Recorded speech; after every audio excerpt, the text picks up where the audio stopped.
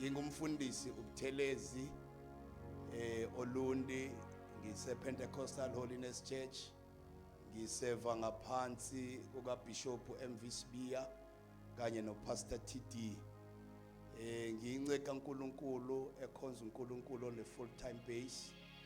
Ngibe involved, I'm still involved kuma outreach, kuma soul winning. Ngisebenza kakhulu nama movements amaningi akhona lapha ezweni. uNkulunkulu angivumele ukuba ngibe ingcenye yawo. So ngithi ke ngalokho kubingelela kwami abantu abaningi bangazi njengomfundisi uShabadai ekholweni egameni lika Jesu Kristu. Ngakho ke siyambonga kakhulu kuNkulunkulu osinikeza ithuba lokuba ingcenye yalokhu uNkulunkulu akwenzayo through umazibuko nabo bonke uNkulunkulu abavusile kulesi space sala eThekwini.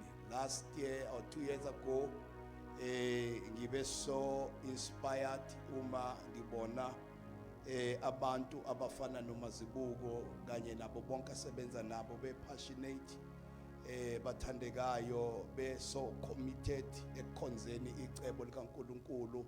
Uma ubuka ukuthi abantu okumele ngaba basikhathazi ngezinto eziningi ngoba uNkulunkulu babusisile.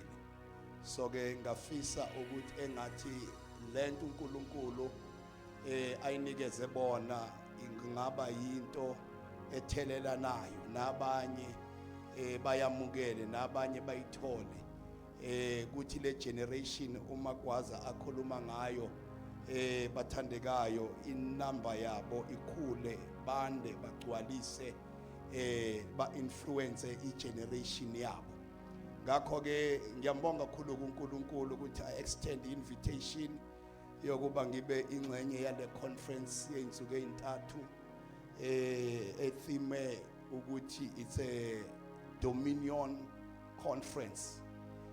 Bathandekayo ngizoleya nje just foundations because imvusele i-conference iyaqala namhlanje iyoziphele ngesonto.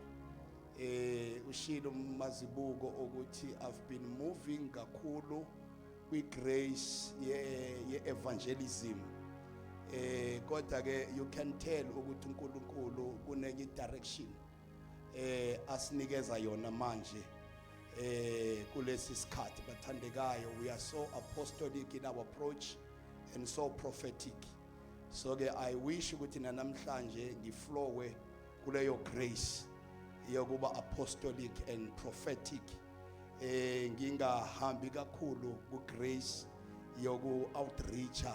Alibonge igama lenkosi. Nizongixolela ke ukuthi mhlambe abantu abaningi basuke mabekwazi emvuselelweni sivangela kuma conference athize. Bathandekayo kune assignment uNkulunkulu akunikeze yona for tonight, and I want to be faithful ekuthenini ngidlulise njengoba uNkulunkulu enginikeze yona. Siyazwana bathandekayo. Ngicela ke ngaphandle kokubambezela sifunde incwadi yabaseRoma chapter number 5. Sizofunda khona uverse number 17. Siyabonga kakhulu ukuthi nithathe isikhathi senu nibe ingcenye yale conference egameni lika Jesu Kristu. Amen. Incwadi yabaseRoma chapter number 5 sifunde uverse number 17. Ngiyacela ke ukuthi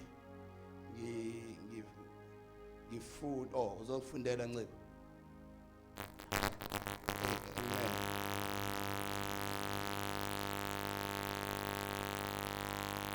Praise God.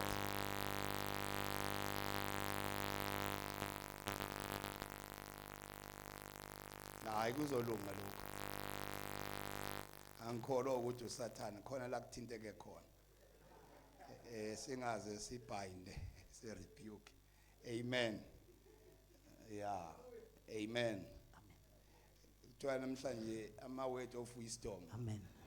Kufanele simbone uSathane futhi sisibone nala engekho khona.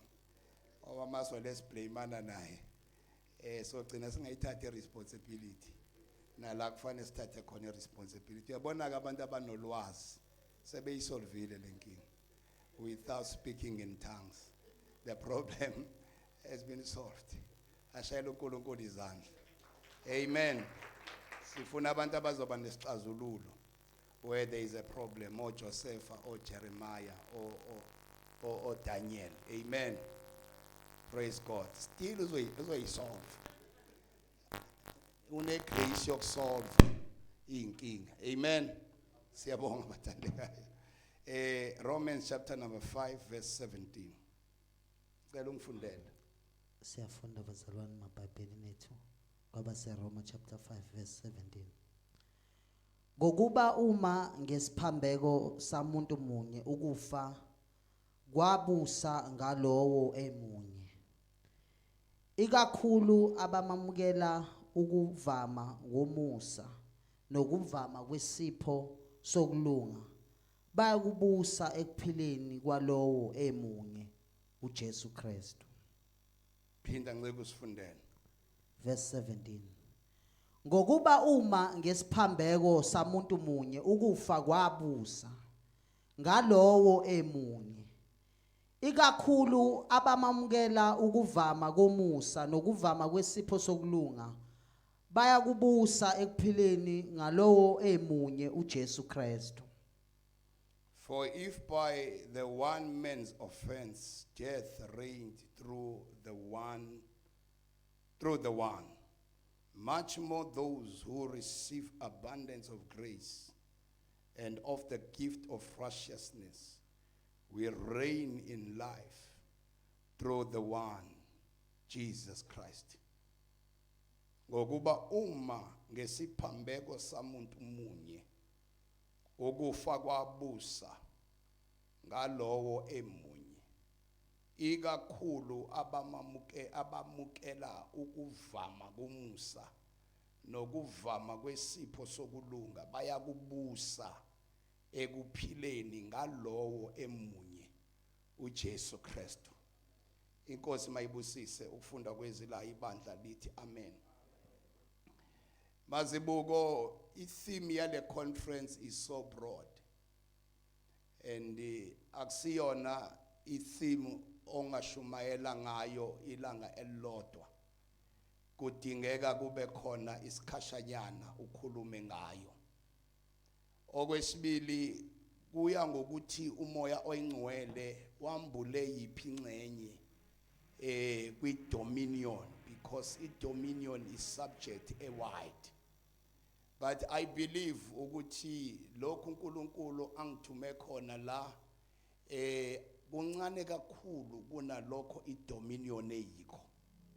But ngifuna ukuthi ngileye just few foundations esizokwakhela kuwo uma sihlukana kule conference, sibe ne-understanding encane yokuthi iyini i-dominion. I-dominion igama elijwayelekile ikakhulukazi kwi-Christian space. Singabantu abakholelwayo kwi-dominion, singabantu abayazi i-dominion, singabantu bathandekayo abadalelwa yona i-dominion. But ngifisa ukusho ukuthi i-definition ye-dominion kwi-biblical context, because uma sikhuluma namhlanje sizokhuluma njengabazalwane, asikhulumi njengabantu bezwe. Umuntu wezwe angakunikeza i-definition ehlukile kunale engizokunikeza yona. Kodwa uma uchecka ama dictionaries eBhayibheli, uma kukhulunywa ngedominion kukhulunywa about delegated authority. Uma kukhulunywa ngedominion kukhulunywa about to rule. Siyazwana bathandekayo. Kukhulunywa about to reign. Kukhulunywa about to manage. Kukhulunywa about to steward. Wonke lamagama engiwamentionayo, to rule, to reign, to manage, to steward, to have authority, to influence. Wonke lamagama achaza idominion. Idominion bathandekayo inama dimensions ayo, inama levels athize abantu ukuthi masebene understanding yayo ba operate kuyona. Singa operate kwi dominion kuma aspect angafani. Singa operate kwi dominion kuma levels angafani, because it dominion in ama layers, in ama levels, in ama dynamics. But what is important, it dominion was the mind of God when he created man. Umuntu encwadini kaGenesis 1:28, uNkulunkulu emdala wamdalela idominion. Siyazwana bathandekayo, uma sikhuluma ngedominion asikwazi ukungarefer kuGenesis kwi-original purpose yokudalwa komuntu enikezwa idominion. Siyazwana bathandekayo, ngakho ke namhlanje ngifuna ukumenshina only 5 things eziphetena to dominion, and I believe ukuthi we can build up kulezo zinto mazibuko going forward as we unpack the theme of dominion. Siyazwana bazalwane, last funde khona encwadini yabaseRoma chapter number 5 uverse number 17, umpostoli Pauli ukhuluma ngesigameko esenzeka ensimini yase-Edeni. Siyazwana bazalwane, nama effect abakhona kulento eyenzeka ensimini yase-Edeni, aqhathanise nesigameko esenzeka ensimini noma ensimini yaseGetsemane, aqhathanise lezi gameko zombili, lokho okwenzeka ku-Adam ensimini yase-Edeni, bese khuluma lokho okwenziwa nguJesu ensimini yaseGolgotha. Lezi zinto zombili bazalwane, ingakho umpostoli Paul uma ekhuluma ngoJesu sometimes akambizi ngoJesu kodwa umbiza ngo-second Adam noma ngo-last Adam, because ufuna sibe ne-understanding yokuthi ngesikhathi u-Adam ewa emseni kaNkulunkulu wa-affecta kanjani history ye-humanity. Alibonge igama lenkosi. Yini umuntu alahlekelwa yiyo ngesikhathi ewa emseni kaNkulunkulu? Kodwa bese ethi ngesikhathi uJesu elenga esiphambanweni, yini uNkulunkulu ayilungisa eyonakala ensimini yase-Edeni? Because there are 2 locations and a history about humanity. Is the Garden of Eden and is the place called Calvary. Alibongi igama lenkosi.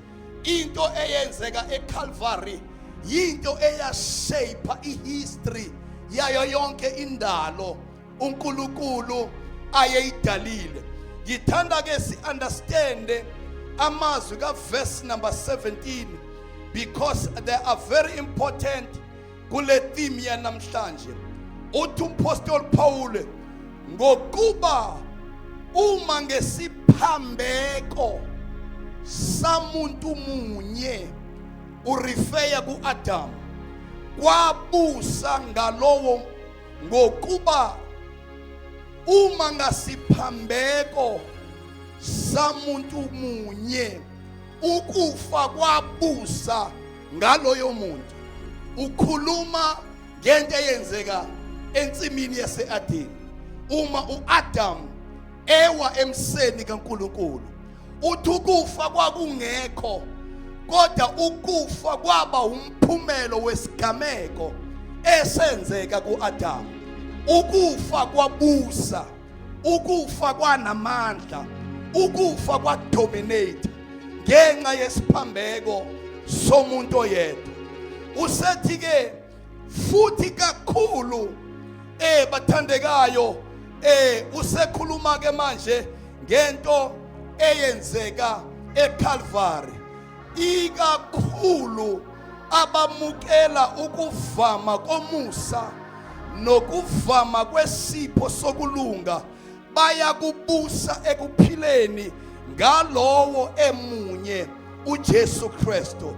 Use introducer into yokuthi ngomuntu oyedwa ukufa kwabusa, ngomuntu oyedwa kwaba khona i-shift eyenzakalayo kwela kamoya. Siyazwana abathandekayo, iBhayibheli lisitshela ukuthi bonke abantu abamukele the abundance of grace, abamukele a gift of righteousness, labo bantu bathandekayo banamandla, noma labo bantu banelungelo lokubusa kulokuphila.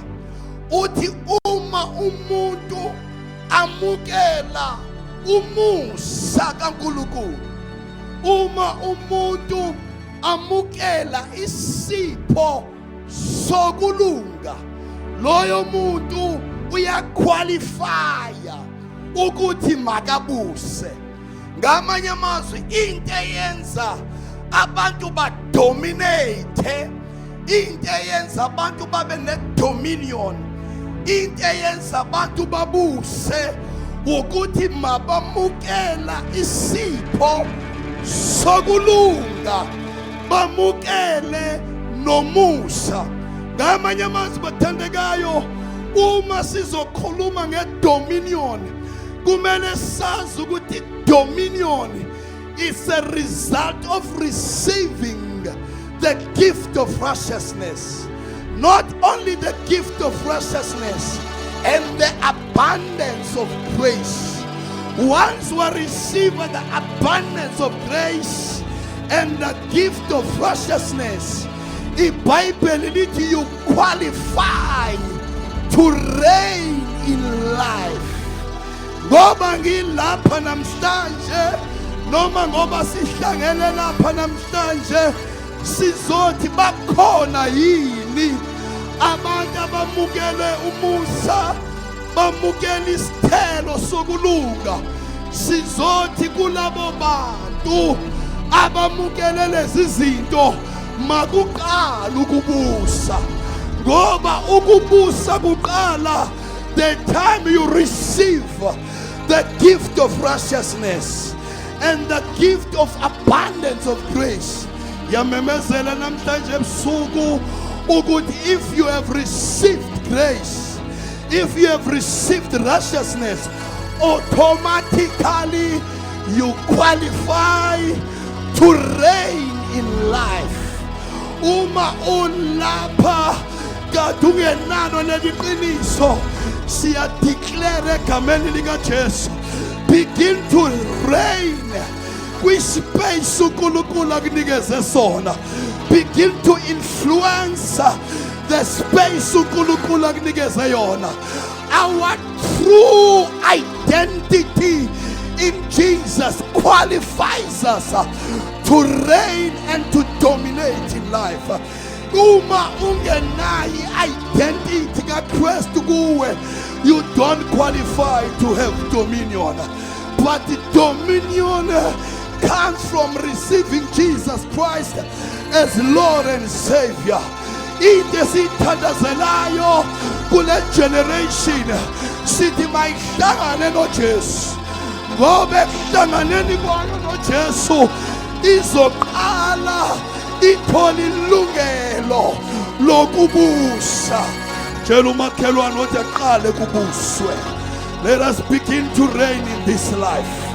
Into sizoyenza namhlanje mazibuko, sizothi if you have received grace, if you have received gift of righteousness, begin to reign in your space. Begin to reign wherever you are. You don't need to be an apostle to reign. You don't need to be an evangelist to reign. What qualifies you ukwamukela uJesu njengenkosi nomsindisi. Uma ukhona automatically namhlanje go out and dominate. Go out and dominate. Ngokuba abamukele isipho sokulunga. Labo bantu bayabusa empilweni. Angazi noma bakhona yini namhlanje ebusuku egameni lika Jesu Kristu ukuthi mawufike kule ndawo kade kukhona into ekubusayo. Qala manje uyithethe izinto ziyashintsha. Ngoba ngimukela uJesu nginesipho sokulunga. Akusesi wena ozobusa mina, kodwa mina sengiyabusa. Awubazalwane. Let us reign in life. Let us have dominion in life. Let us rule in life. My first point for tonight, our true identity qualifies us to have dominion. Awudingi ukuba neminyaka eminingi ekholweni in order to reign.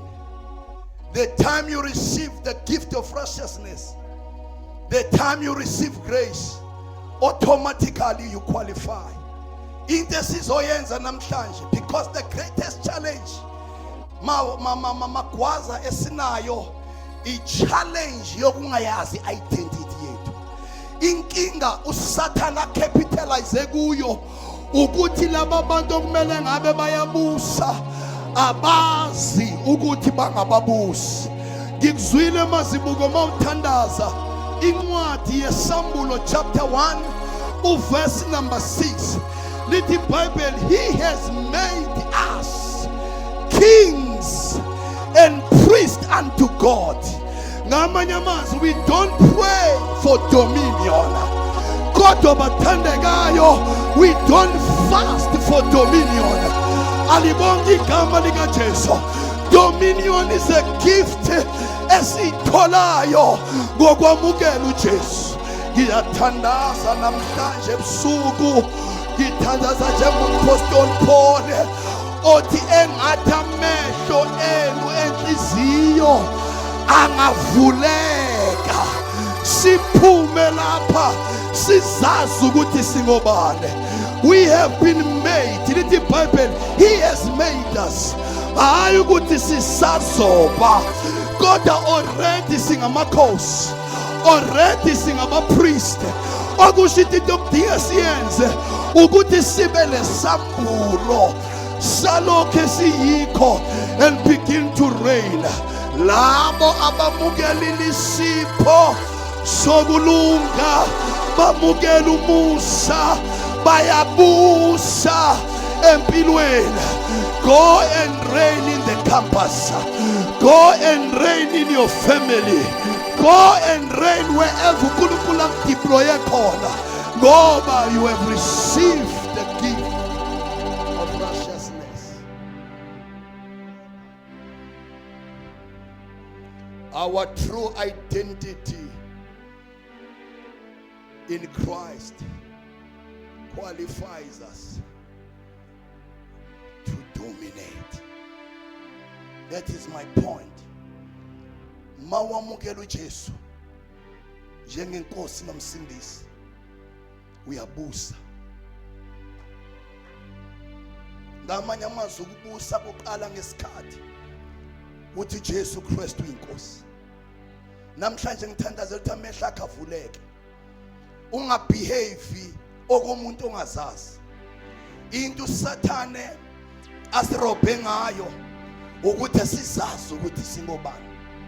IBhayibheli encwadini ka 1 Peter chapter number 2 verse number 9 lithi, you are a holy nation, you are a chosen generation, you are the royal priesthood, you are a peculiar generation. This is what we are. Alibonga igama lenkosi. Into oyidingayo, you don't need a 40 days fast. You need the revelation of who you are. Once wazazi, uyaqala u-exercise power. Once wazazi, uyaqala u-exercise authority. Once wazazi, uyaqala ukuthi no la kufanele uthi no khona, uthi yes la kufanele uthi yes khona. May God raise the generation yabantu abasaziyo ukuthi bangobani. Let us not allow the enemy to manipulate us. Alibonga igama lithi iBhayibheli umuntu ekuKristu uyisidalwa esisha. Okwaqala kudlulile, bheka sekuvela izinto ezitsha. Vala umlomo wesitha about your pastor. Uma tusathane yini eyenzeka kuwena in the pastor, utshela ukuthi that is my pastor. God, my current status, I am the child of God. I have received the gift of righteousness and I have received the abundance of grace. Therefore I reign.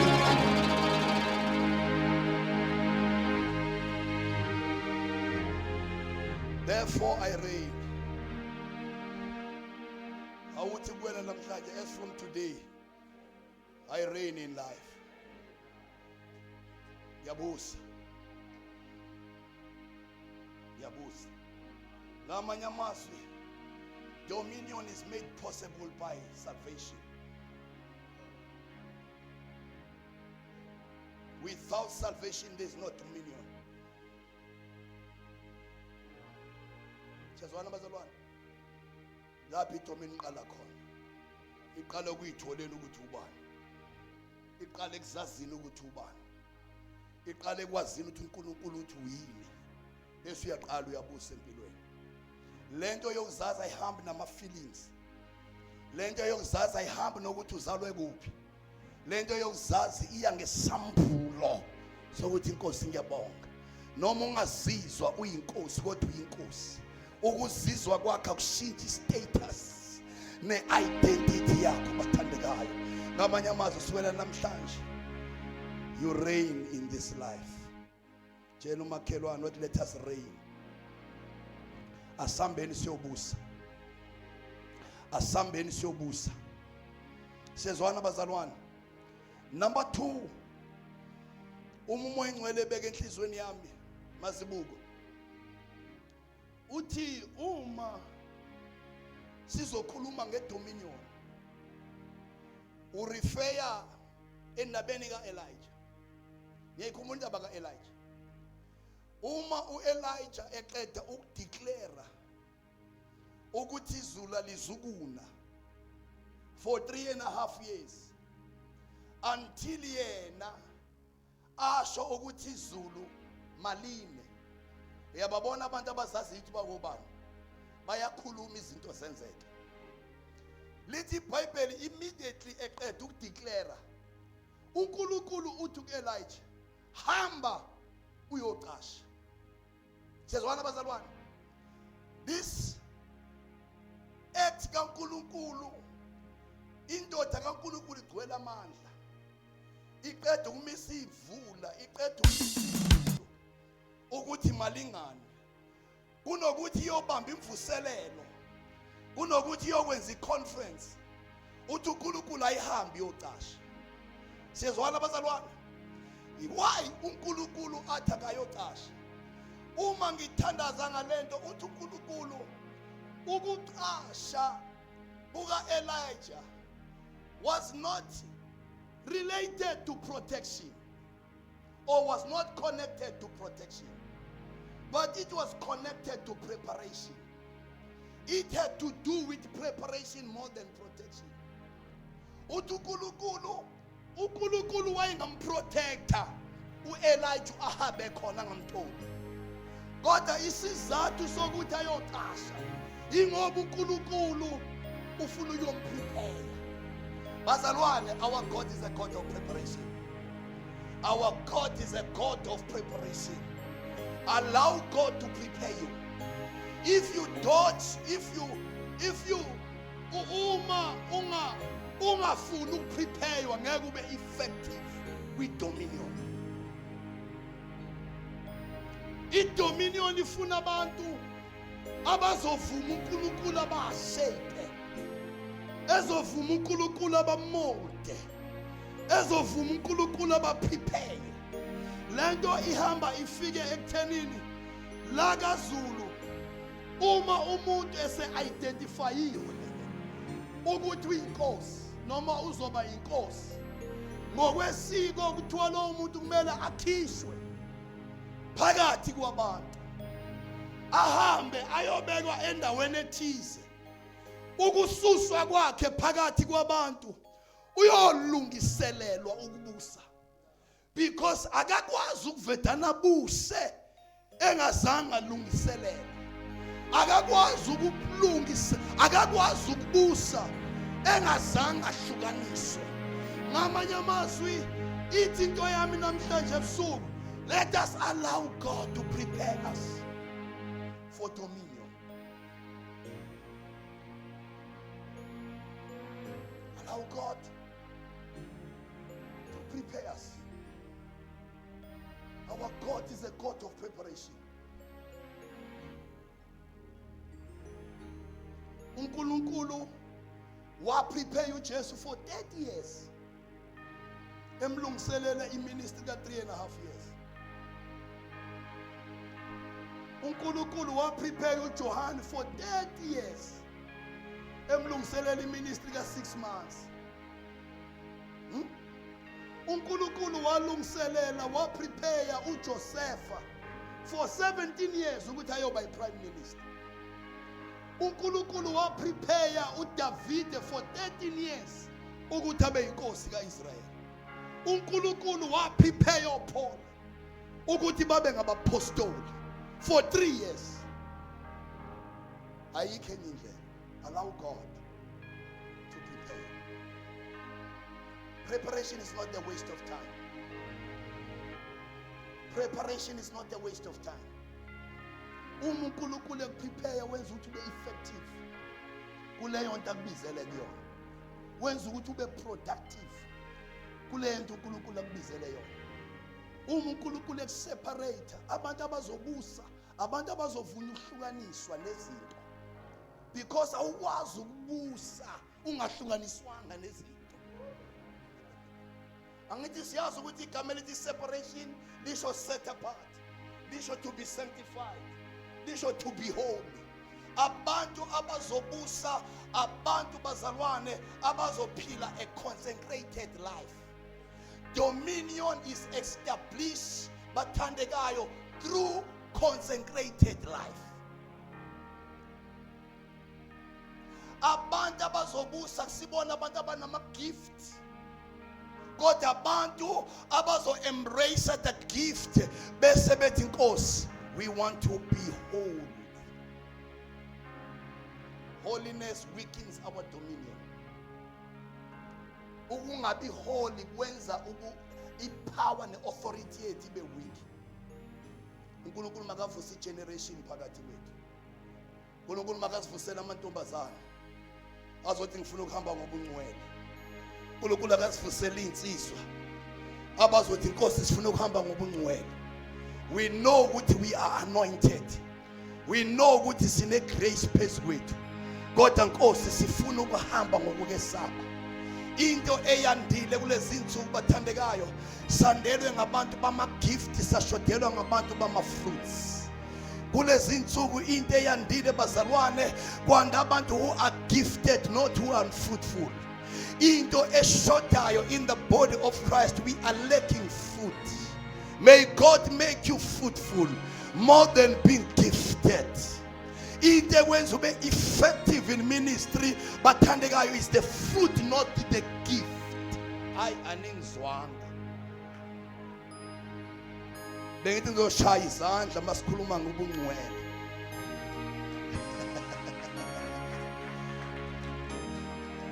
Say, Lord, consecrate me for dominion.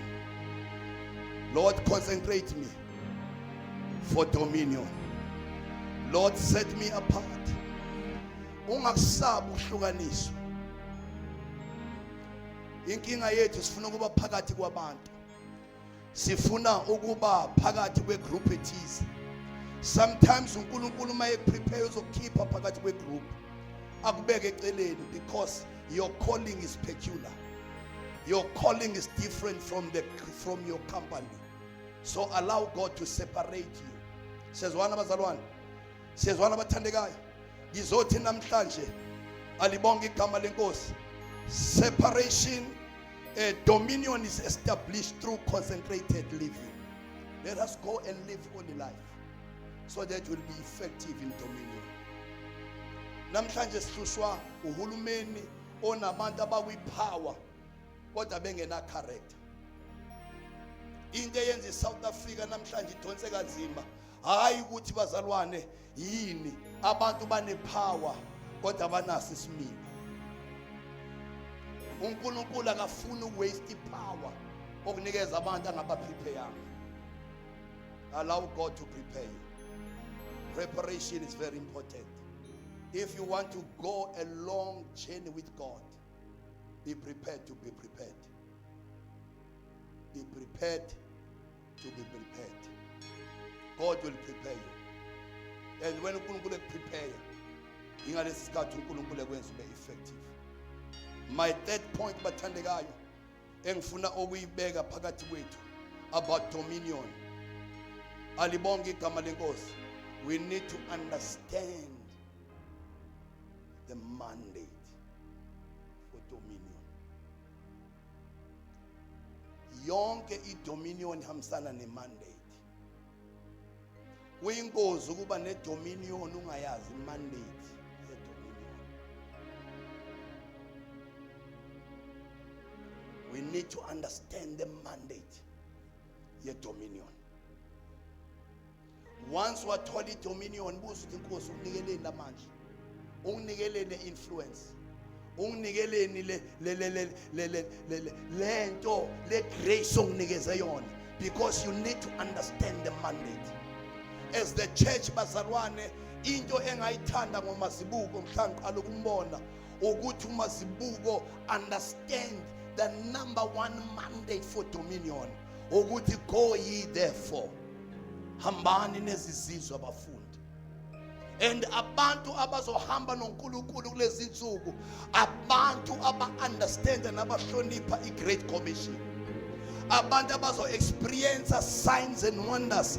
Akusibona abazalwana abantu awunoma ngawubani, but are people abathi inhliziyo kaNkulunkulu ingaphandle. Once you decide ukuyothanda noma ukuyolanda imphefumulo, uNkulunkulu uzokunikeza more grace.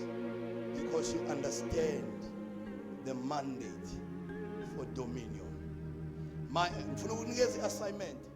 Hamba ubuza uNkulunkulu ukuthi i-dominion akunikeza yona, ukunikezeleni yona. Because uma ungayazi isizathu sokugcotshwa kwakho, isizathu sokunikeza kwakho isipho, uzo-abuse the power, uzo-abuse i-grace uNkulunkulu akunikeze yona. That is why namhlanje sinabantu abahlabelela nabashumayelayo, but isimilo sabo senza inkazimulo kaNkulunkulu ingahambi kanye nabo. Sezwana bazalwane, let us understand the mandate of dominion. And the mandate ye dominion is to reach out. uNkulunkulu unikeze wonke umzalwane bazalwane imandate yento ezintathu, ukuthi kushunyayelwe ezweni, ukuthi sikhonzane, ukuthi sikhonze yena. The ministry of the believer is unto the world. The ministry of the believer is to is to serve one another, and the ministry of the believer is to serve God. If I understand the mandate onikezwe yona, uzoba senkingeni.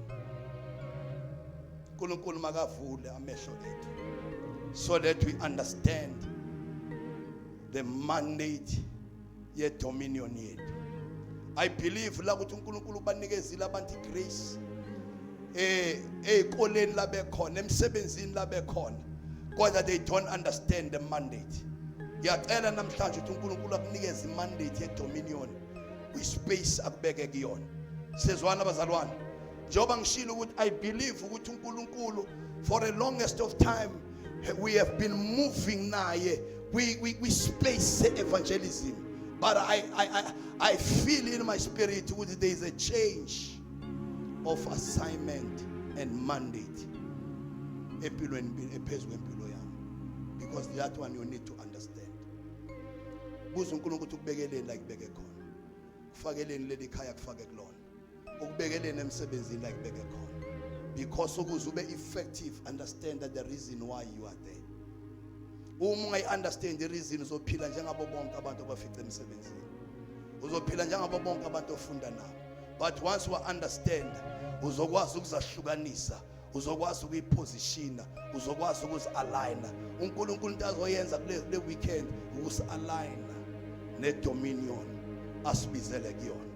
Kunabantu abazophuma bayiphela lenkonzo Sunday, abazophuma bezwe ukuthi there is a divine alignment.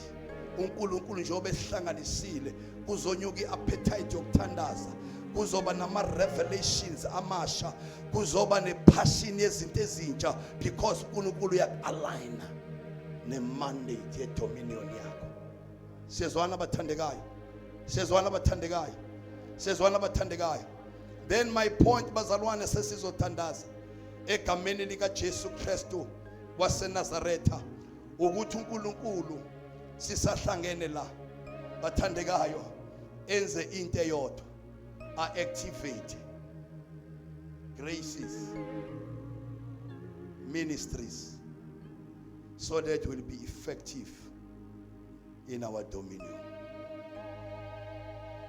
Uma ngithandaza uthi uNkulunkulu, before I hand over the microphone, you need to activate graces. We need to activate ministries. Angiyazi grace uNkulunkulu akunikeze yona, angiyazi ministry uNkulunkulu akubeke kuphezulu kwakho, kodwa namhlanje ebusuku uNkulunkulu ukulandile wakupositiona, wakwenza kwa possible ukuthi fika la, so that we are going to be activated kwi space uNkulunkulu akunikeze sona. Ngiyakholwa bazalwane, ngiyakholwa ukuthi sonke sila namhlanje sine appointment noNkulunkulu. Kunento ubushisekela ukuthandaza, bewushisekela umsebenzi kaNkulunkulu, kodwa along the way izinto zihamba ezonakala, along the way zihamba izinto zakulahlekela. Kodwa namhlanje ngifuna ukusho ukuthi you are in the right place, you are in the right place at the right time. Lokhu uNkulunkulu akunikeze khona will be activated namhlanje.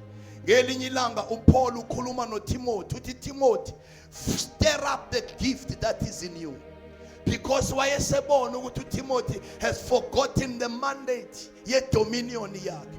God uthi stir up the gift. Alibonke igama lenkosi.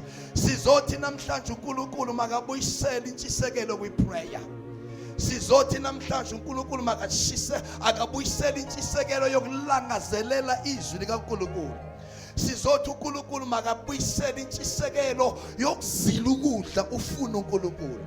Sizothi uNkulunkulu bathandekayo akasterisha ama-gift nama-grace okunikela, okuthandaza, okukhonza nawo okuseva endlini kaNkulunkulu. Alibonge igama lenkosi, alibonge igama likaJesu, alibonge igama lenkosi, alibonge igama lenkosi. Praise the Lord. Cela sime ngenyawo. Shabrakata libra zebrekete liba hasaya zimata kubra sekete reboshaya.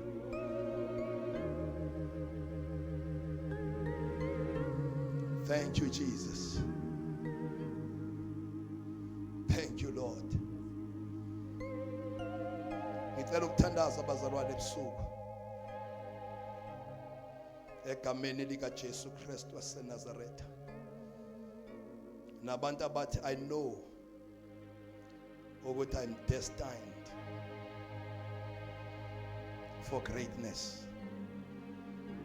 I am destined to dominate. But I know ukuthi kunama challenges engibhekene nawo.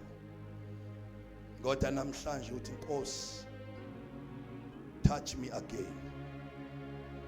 Revive me again. Restore me again.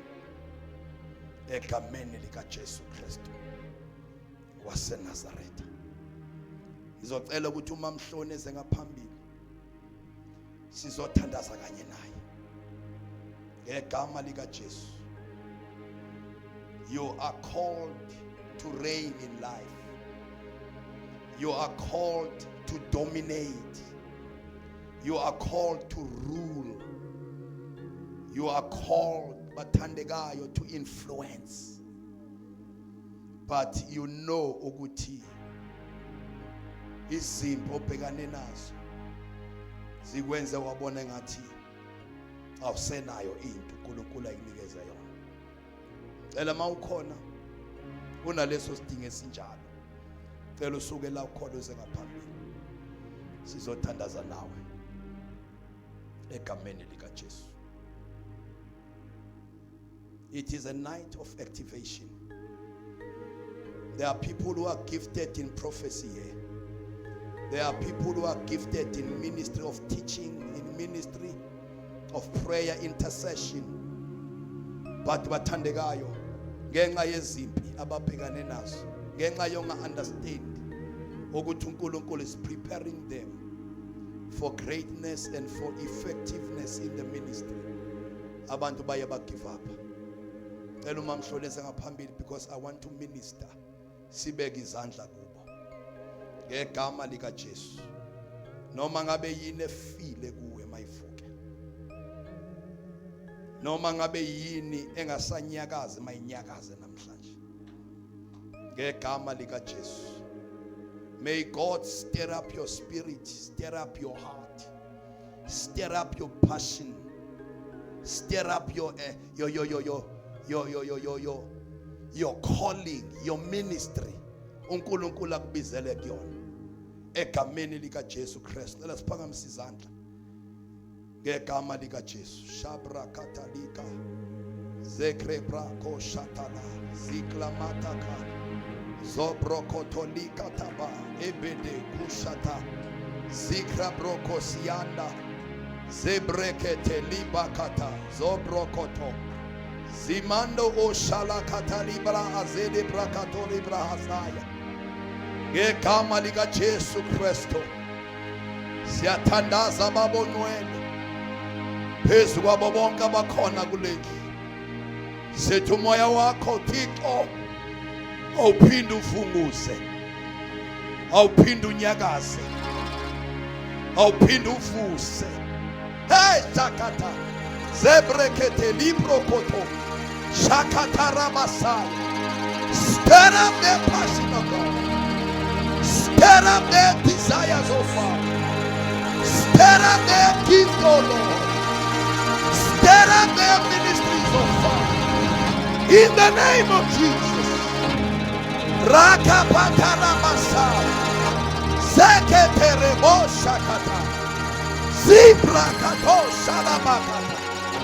Zebreketerebo Shakata.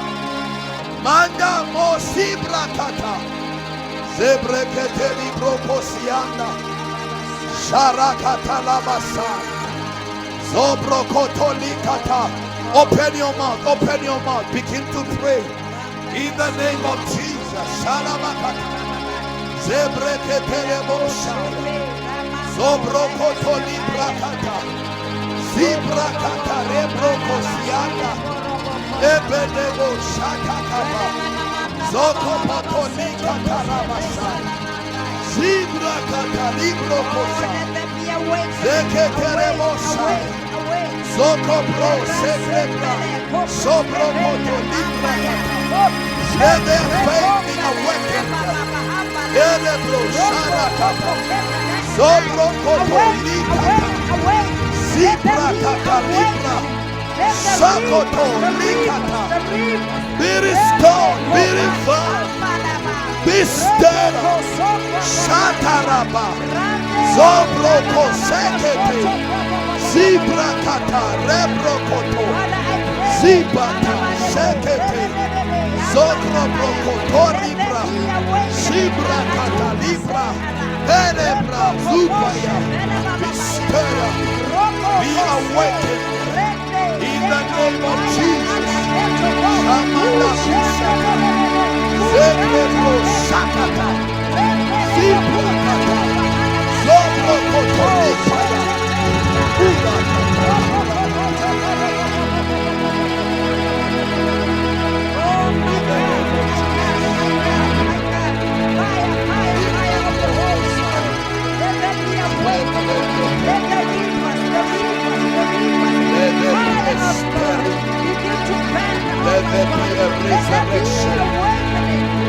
Let there be a restoration.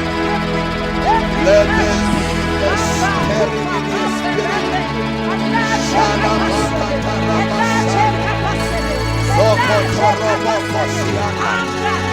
Arise to power.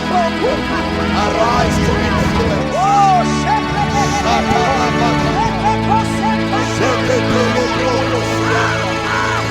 Awake. Awake.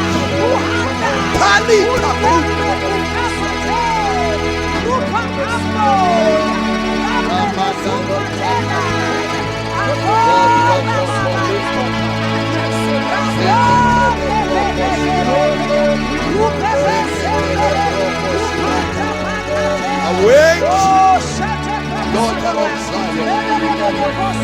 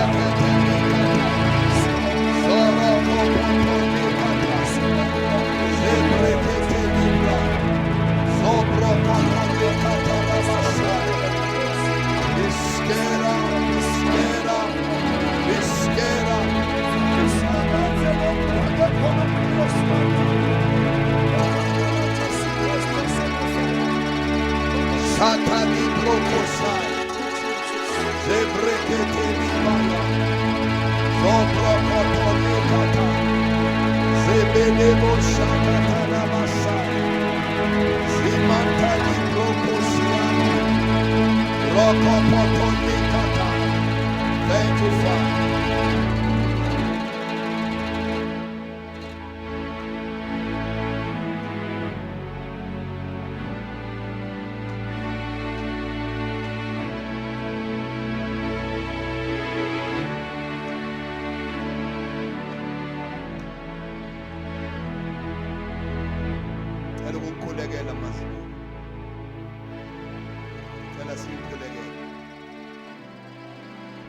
Thank you, Jesus.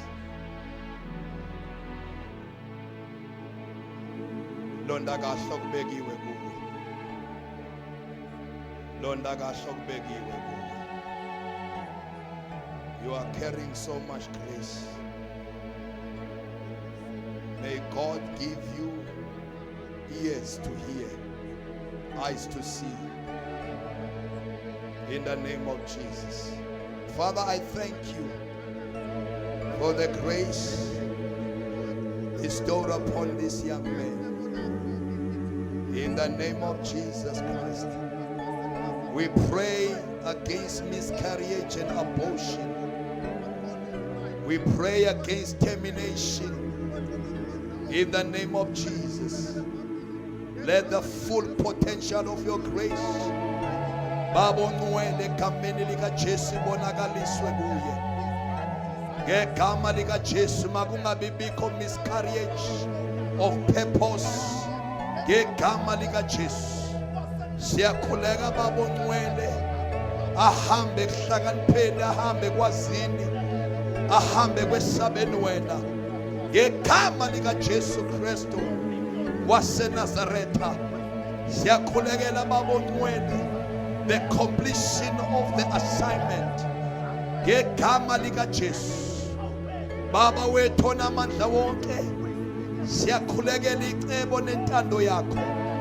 Ngegama lika Jesu raise destiny helpers. Baba wethu onamandla wonke abafanele ngesikhathi esifanele. Shakatarabasaya Zibrakatarabakasobrosaya. In the name of Jesus. Makahambe emandleni apheleleyo. Makahambe ogcobeni olupheleleyo. Ngegama lika Jesu Kristu waseNazaretha. Siyabonga Baba ongcwele. Ngegama lika Jesu. Thank you Jesus. Cela bonke abasebenza nomfundisi uMazibuke eduzane. Basondele eduzane sibeke izandla kubo. Bonke abasebenza naye eduzane. Cela basondele. Ngegama lika Jesu.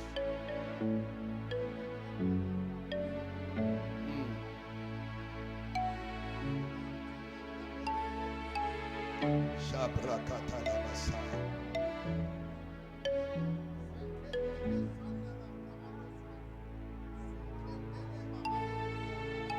Thank you Lord. Cela selula izandla phezu kwalaba bazalwane.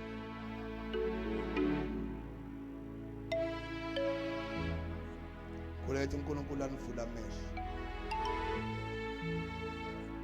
Nazi ukuthi yini uNkulunkulu anilandele yona. Wanisondeza eduzane kwakhe. Ngegama lika Jesu. Ake selula izandla bazalwane. Baba ongcwele siyabonga. Naba Nkosi obavusile.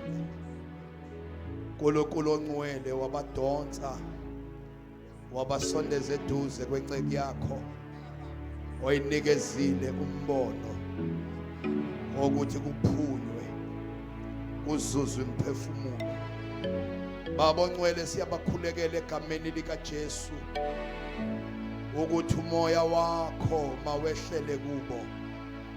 Baba wethu onamandla onke egameni lika Jesu Kristu waseNazaretha, umoya wokuthobelana mawube phezu kwabo. Moya wokuthandana mawube phezu kwabo. Ngegama lika Jesu Kristu waseNazaretha siyakhulekela iunity phakathi kwabo egameni lika Jesu for the vision. Baba wethu onamandla wonke siyakhulekela uthando lakho ukuba uNkulunkulu lube isibopho sokusebenza kwabo. Ngegama lika Jesu Kristu waseNazaretha siyathandaza Nkosi egameni lika Jesu Kristu waseNazaretha ukuthi besasondelile Baba ongcwele ukukhonza icebo lakho, hlangabeza izidingo zabo ngegama lika Jesu Kristu waseNazaretha. Siyakhulekela ukuthi izidingo zalomsebenzi uziprovide, usupply ngegama lika Jesu Kristu. Nabakhonza leli cebo mabangasweli, mabangalambi. Baba wethu onamandla wonke egameni lika Jesu Kristu waseNazaretha busisa nemindeni yabo. uNkulunkulu wethu onamandla wonke egameni lika Jesu Kristu waseNazaretha babiyele ubavikele. Baba wethu ongcwele amacebo onke sitha mawashafiswe ngegama lika Jesu Kristu waseNazaretha. We thank you, we bless you, we give you glory in the name of Jesus Christ. Ashaya izandla shayela uNkulunkulu. Hallelujah. Ngiyabonga kakhulu bazalwane ngethuba uNkulunkulu asinikeze lona ebusuku. Bonke abamukelile isipho sokulunga nomusa bayabusa empilweni egameni lika Jesu. That is what qualifies us to dominate.